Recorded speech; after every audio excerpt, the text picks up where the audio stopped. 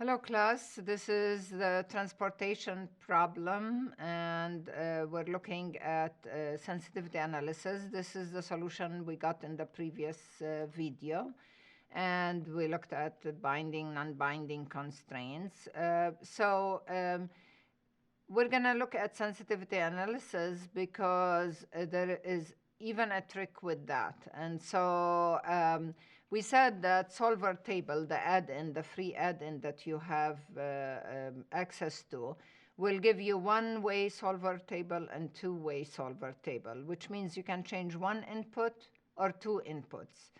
And that's it. And so, for example, in this case, we can say, well, plant 1 is binding. Let me see if I can increase its capacity. Let me change this capacity number, decrease it, increase it in increments of 50. How would that affect the shipping plan? How would that affect the total cost? Or I can do two inputs and say if I change the capacity of plant 1 and plant 3, then how would that change the shipping plan and the total cost? But that's it. That's the capacity. It's like data tables for spreadsheet models. There is one way, there is two way. And so we could say the same thing for the demand. I mean, we know we have extra capacity somewhere. How would that change the solution if we say, what if the demand changes for each region? Again, we have the restriction that we can change one region or two regions, but not all four regions. So if we're making a product that we think will just go gangbusters and the demand on it would just gonna increase steadily regardless of the region, there is a trick for solver table called the K factor,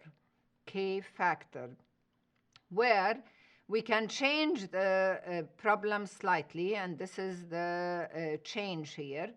And so we can include the percent increase value for the demand, and that's another name for it, K factor.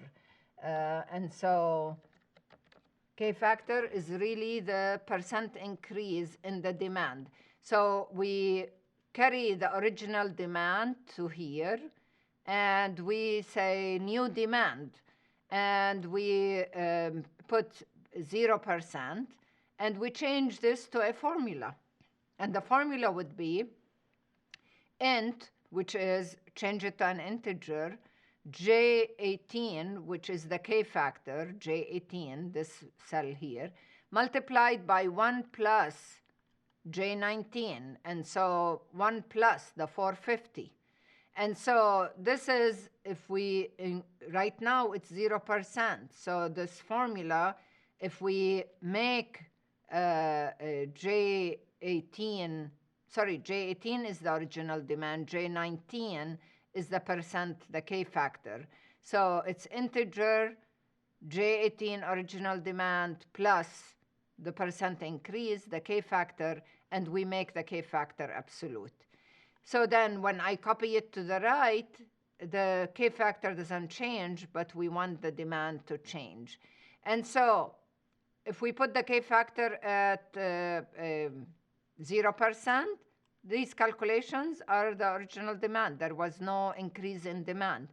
If we come here and we change this to 10%, then we see how each of the original demand changed by 10%, increased by 10%. I mean, this is very, very useful.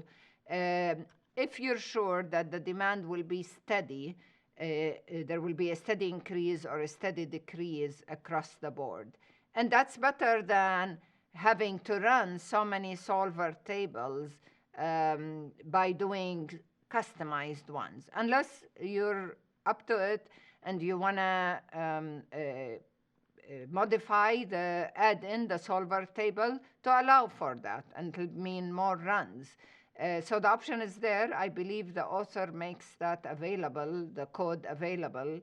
But that would take a lot of initiative on your part, and then test it to do something that a K-factor solution would be as good. And so now if we change this back to 0%, and we say, okay, now we want to do solver table with changing this K factor.